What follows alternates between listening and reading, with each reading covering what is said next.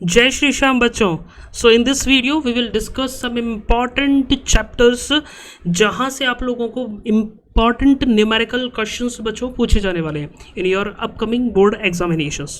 So last तक बच्चों ये आपको वीडियो देखना है। इसमें मैं आपको बहुत सारी कुछ इंपॉर्टेंट टिप्स एंड ट्रिक्स बताऊंगा that will be really helpful for getting a good marks in your board exams. So let's start today's discussion. So first of all partnership accounts. बच्चों आपके चैप्टर्स जो मैं यदि कंसिस्ट करूँ तो सबसे ज़्यादा मार्क्स यदि किस पर्टिकुलर चैप्टर में यदि कवर हो रहे हैं तो that is partnership accounts. And partnership accounts में बहुत सारी थ्योरी भी आप लोगों को पढ़नी होती है और बहुत सारे क्वेश्चंस भी करने होते हैं। तो यह मैं आपको कुछ इंपॉर्टेंट एस्पेक्ट्स बताऊंगा जहाँ से न्यूमेरिकल क्वेश्चंस डेफिनेटली आपको देखने के लिए मिलेंगे बच्चों। यदि अपन बात करें बच्चों तो पार्टनरशिप में अभी एक फर्स्ट चैप्टर फंडामेंटल्स से रिलेटेड होता है। वो बेसिकली थ्योरी कॉन्सेंट्रेटेड है, वहाँ से ज़्यादातर जो क्वेश्चंस पढ़ते हैं वो नॉर्मली थ्योरी बेस्ड होते हैं। हाँ, बाद में यदि मैं आगे बात करूँ जो एक फुल फ्लैज न्यूमेरिकल क्वेश्चन आता है तो वो इन तीन पर्टिकुलर चैप्टर्स जो मैंने यूनिट्स आपको बताई हैं, admission of a partners, second retirement and the death of a partner और third dissolution of a partnership firm. इन तीनों ही सिचुएशन में से किसी एक सिचुएशन पर आपको डेफिनेटली एक क्वेश्चन देखने के लिए मिलेगा। एक से ज़्यादा भी क्वेश्चंस आपको वहाँ देखने के लिए मिलेंगे। तो ये टॉपिक आपको अच्छे से कवर करने हैं।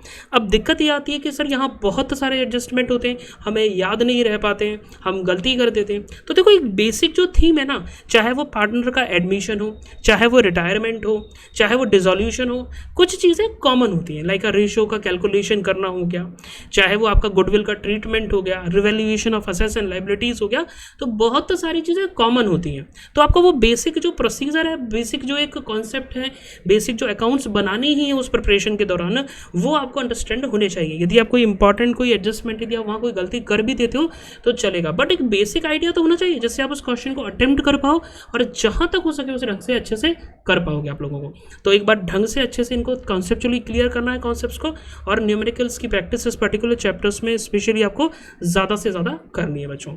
नेक्स्ट जो आपका बहुत इंपॉर्टेंट चैप्टर कंसिस्ट करता है that is company accounts. It approximately cover 25 marks in your board exams, जहां मेनली दो चैप्टर्स आपके कवर होते हैं, एक शेयर कैपिटल से रिलेटेड और एक डिबेंचर से रिलेटेड। अब शेयर कैपिटल के केस में आपको बहुत सारे क्वेश्चंस मिलेंगे करने के लिए, पर बेसिकली यदि मैं बात करूं बच्चों तो शेयर्स जो डिफरेंट सिचुएशंस में जो आप इशू करते हो, फॉर फ्यूचर वाला जो केस होता है, री इशू वाला जो केस होता है, अल्टीमेटली प्रीमियम पे इशू करना होता है अदर देन कैश इशू करना होता है, तो वो हर एक सिचुएशन में आपको सही से जनरल एंट्रीज करना आना चाहिए, बिल्कुल जनरल एंट्री। क्योंकि शेयर कैपिटल चैप्टर में ये मान के चलना बच्चों, एक क्वेश्चन आपको यहाँ से जनरल एंट्री बेस्ड मिलेगा ही मिलेगा। और जो इंपॉर्टेंटली यहाँ पर आता ही है तो अच्छे से फॉर्मेट बना करके प्रैक्टिस करना, और आपको कोई भी इससे रिलेटेड क्वेरी आती है तो you just comment below, I will definitely reply you बच्चों। और हाँ, एक इंपॉर्टेंट जो चैप्टर है इसी के अंदर यूनिट जो आता है डिबेंचर से रिलेटेड, और डिबेंचर में जो मेन इंपॉर्टेंट पार्ट है ना वो है जब आप डिबेंचर को इशू करते हो with the condition of a redemption. इसमें बहुत सारे बच्चे कंफ्यूज होते हैं, बड़ी बड़ी जनरल एंट्रीज होती है, रटने की कोशिश करते हैं। देखो मगअप नहीं करना है, मैंने अपने प्रीवियस वीडियोज़ में भी वो समझाया हुआ है, तो आप एक प्लेलिस्ट में जाके चेक कर रहा हूँ, वहाँ पर आपको वीडियोज़ मिल जाएंगे पर्टिकुलर कॉन्सेप्ट से रिलेटेड। तो आप कॉन्सेप्चुअली उन एंट्रीज को बनाना सीखना बहुत इंपॉर्टेंट है, और एक क्वेश्चन आपको यहाँ से डेफिनेटली देखने के लिए मिलने वाला है। नेक्स्ट पार्ट है एनालिसिस ऑफ फाइनेंशियल स्टेटमेंट। बच्चों ये वो पार्ट है जो बड़ा इजी से नंबर देके जाता है बच्चे, पर यहाँ बहुत गलती करते हैं। क्यों? क्योंकि वो फोकस ही नहीं करते हैं इन चैप्टर्स पे, क्योंकि बहुत ही इजी लगते हैं उनको ये।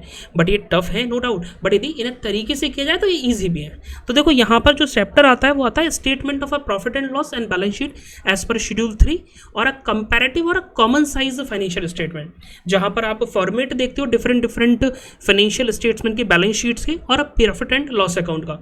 अब वो फॉर्मेट नहीं पूछेगा वो आपसे पूरा डेफिनेटली, हाँ, पर वो ये पूछ सकता है कि एक पर्टिकुलर हेडिंग में ये चीज़ कहाँ पर आएगी। तो इसकी नोट्स टू अकाउंट के हेडिंग्स, सब हेडिंग, इसकी अच्छे से नॉलेज रखना, क्योंकि ये वाले क्वेश्चंस आपको ऑब्जेक्टिव टाइप में भी इस बार इंस्टीट्यूट पूछेगा, तो इसलिए इसके लिए अच्छे से प्रिपेयर करना है आपको। और ये लास्ट वाला जो चैप्टर है इस पर्टिकुलर चैप्टर के अंदर वो है रेशियो एनालिसिस, और ये पूरा चैप्टर पूरा का पूरा फॉर्मूला बेस्ड है। यदि वो आपको उस सिचुएशन में उस पर्टिकुलर जो भी वो उन्होंने पूछा है, current ratio, liquidity ratio, solvency ratio, कोई सा भी आपको रेशियो का यदि पर्टिकुलर फॉर्मूला पता है तो just put the value and get the answer. तो इस तरीके से यहाँ पर आपको प्रैक्टिस करनी है। और हाँ, इंपॉर्टेंट चीज़, ये 12 नंबर टोटल ये चारों चैप्टर्स आपके कंपोजिटली कंप्लाई करते हैं या कवर करते हैं वीकेंड से। तो आपको अच्छे से प्रैक्टिस करनी है और इसको हल्के में नहीं लेना है, क्योंकि बहुत ईजी के मार्क्स आते हैं यहाँ से कम मेहनत करके। तो इसको अच्छे से प्रिपेयर करना बच्चों। और लास्ट में यदि मैं आपको बोलूँ तो कैश फ्लो स्टेटमेंट, देखो कैश फ्लो स्टेटमेंट में आगे आप पढ़ोगे एक मेथड और होता है डायरेक्ट मेथड, पर यहाँ आपको सिर्फ इनडायरेक्ट मेथड ही कवर करना है, उससे रिलेटेड न्यूमेरिकल्स करके देखना है।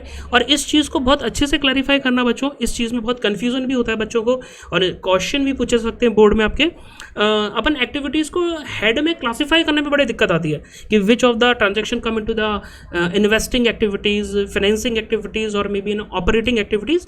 तो ये क्लासिफिकेशन बहुत इंपॉर्टेंट है, इस पर कई सारे क्वेश्चंस पूछे जाते हैं, तो इसको भी अच्छे से प्रिपेयर करना। और यदि आपको कोई प्रॉब्लम आती है तो just comment below, I will definitely reply you, correct. So I hope you find the video helpful. If you like the content, just hit the like button and stay tune with this channel, because such more informative content जो है वो भी आपका यहाँ पर अभी और आता रहेगा। सो I hope you enjoy the video. Thank you for watching.